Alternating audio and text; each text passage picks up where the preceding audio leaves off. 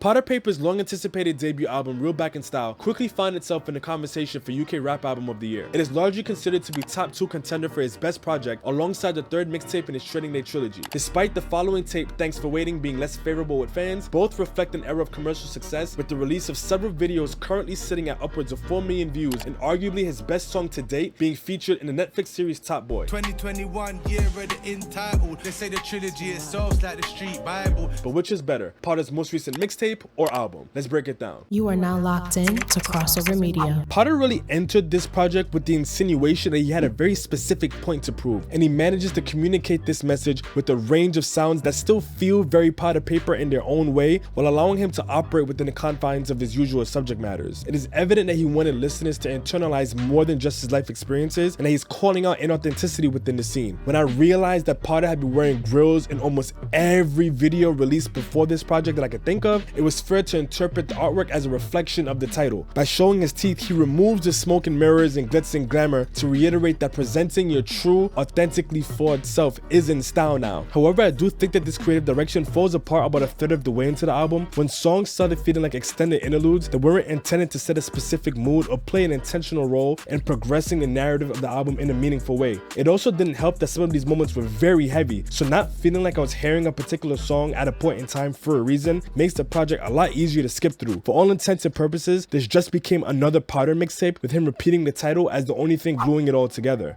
My whole point is that with this being labeled an album, I'm gonna notice even more when there's no follow through on certain things that we're introduced to. For example, the transition between the third and fourth song is perfect and we get nothing else like it. There was a lack of direction from song to song that had me constantly asking myself, what does this do to further the narrative that Potter introduced us to and what he's trying to communicate? Then there are other songs like Multifaceted that are undeniably good, but the title kind of confuses me because I don't really understand exactly what he's trying to say. And moments like this are gonna stand out so much more when you put it next to something like £1 Million, which is very clearly about him discussing his relationship with money and how it affects everything around him. And even less so, but still with songs like Corner Boy that at least have enough self-awareness to know to reference back to things that Potter has seen and experienced on his corner. But even the album version of the track falls flat on its face with the random skit at the end that serves no other purpose than to somewhat introduce track flow Kane. Instead, I would have rather that he used that time to create more skits out of randomly recorded candid conversations, even if they didn't necessarily relate to the songs that they were in between. That would have better related to the Real Back in Style theme by removing all of the theatrics and giving us something that feels purposely unpolished instead of unintentionally incomplete.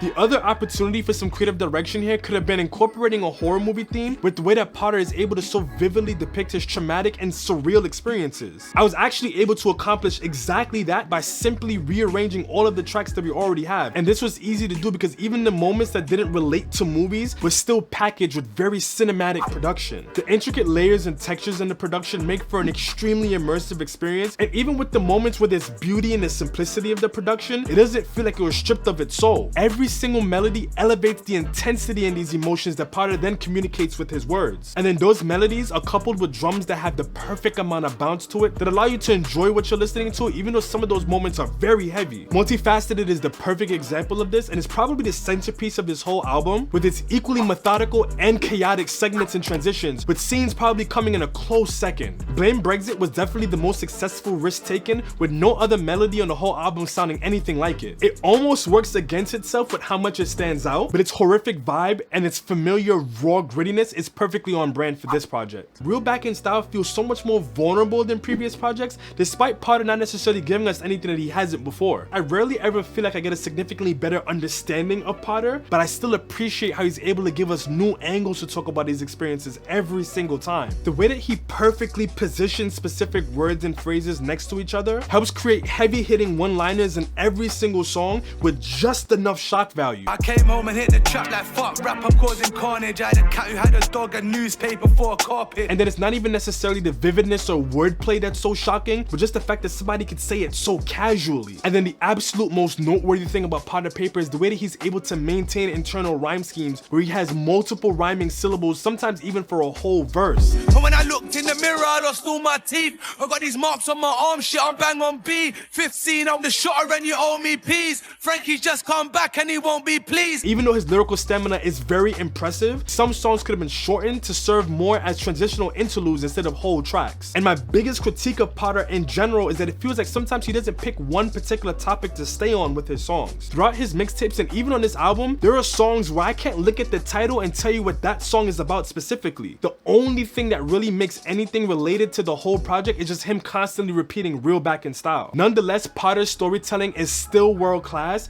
and there are several songs that I revisit and constantly discover something new. If I never go gold, I'm triple platinum in these streets. I'm renowned with this sound, I'm profound.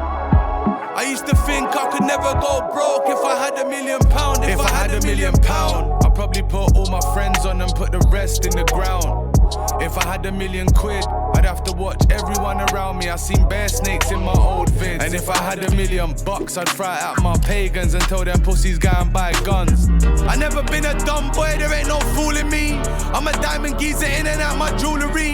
It's like the studio's the gym and I'm the orderly. Every day I'm doing sets for the set. I pray you thought of me. Selling all this Charlie, they want Bronson me. My life's a horror movie, it's a constant scene. And it's coming like a scream, and the protagonist is usually the killer in the end. I was a corner boy, eating cats by the corner shop. The side boy in the corner on, trying to make my way home, but it was cordoned off. Cause they caught 2 trappers and they bored him up. This is probably gonna be Potter Payper's most memorable project, just because it's like his whole career was building up to this moment. With this album, you get all of the things that people love about Potter's previous work all in one project, which can't necessarily be said about Thanks for Waiting. Thanks for Waiting feels like it takes itself a little less seriously, and the occasional lightheartedness makes for a fun listening experience. While it's undeniable that Potter's pen is incredible, I always felt like he lacked in the flow department, so it was a pleasant surprise to hear him mix it up so frequently in this project. The flow switches were also complemented by an even more unorthodox beat selection by Potter's standard. This tape generally maintains integrity by sprinkling in songs that probably felt much more familiar to Potter's core audience, while still taking risks with features that felt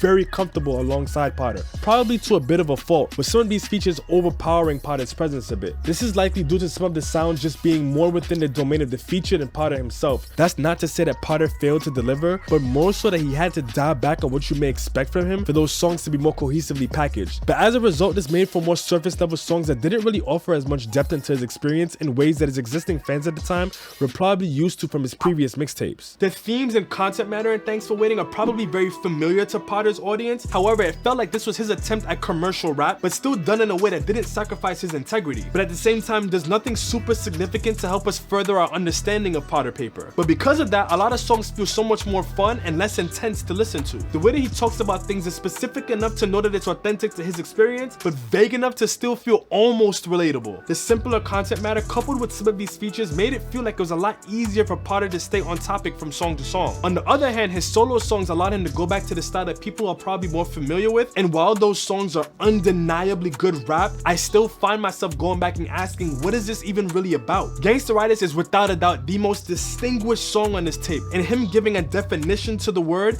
adds even more context and depth. And because of that, Gangsteritis is the perfect balance of substance, intentionality, and synergy. With this being a mixtape and not an album, I can only critique its cohesion but so much. I kind of feel like that's the exact reason why so many UK artists go so long without putting out albums. By labeling something as a mixtape or an EP, it makes it so much easier to dismiss any critiques of lackadaisical marketing or lack of creative direction, and that ultimately prevents the artist from being held accountable for doing anything more than just being a good rapper and picking good beats. It was very refreshing to hear Potter be able to incorporate and adapt to such a diverse range of sounds. Even with that diversity, the intro and outro are still very polished and make it feel like an experience to hear this project. Thanks for Waiting has a combination of both classic Potter and more modern and unorthodox sounds by his standard. I don't think there was any friction between the production and what Potter or his features did on any of the songs, and that made for a project with a song for everybody. I've been official referees. How you fucking with the guys? For the gang, I'm cutting ties. Take the what, left the what. Big man, don't look so surprised. I'm just so crack on push bikes. Them times you was a good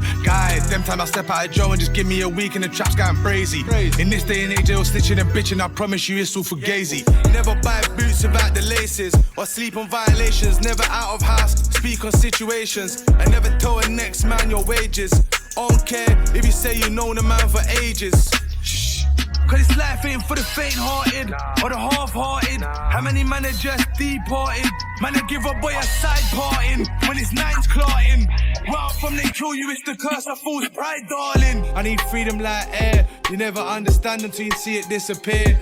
And I can't lie, I wish money was there. I give it all to having back and put one in the air. The best way to describe Thanks for Waiting is that it's a forgettable project with extremely playlist-worthy songs. And while it is significantly easier to process due to the content matter not being as intense, this unfortunately makes it not particularly memorable as a Payper project. And truth be told, it didn't even take that long for me to forget about it despite loving it when it first released. Although the percentage of songs from both projects that I absolutely cannot do without was exactly the same, it was very difficult to choose a winner. Thanks for Waiting narrowly took this one. And this is because the thought of losing Gangsta Riders and Johnny on the Spot is overwhelmingly more daunting than losing even my favorite songs from Real Back in Style, mostly because of all of those skippable and forgettable moments on the album. Although I will admit that Thanks for Waiting isn't Payper's best performance as a rapper, I have significantly more fun playing Thanks for Waiting beginning to end than I do Real Back in Style. But if you want to hear how I combine my favorite songs from both projects to make what I think would be the perfect Payper album, you can check it out in the links below.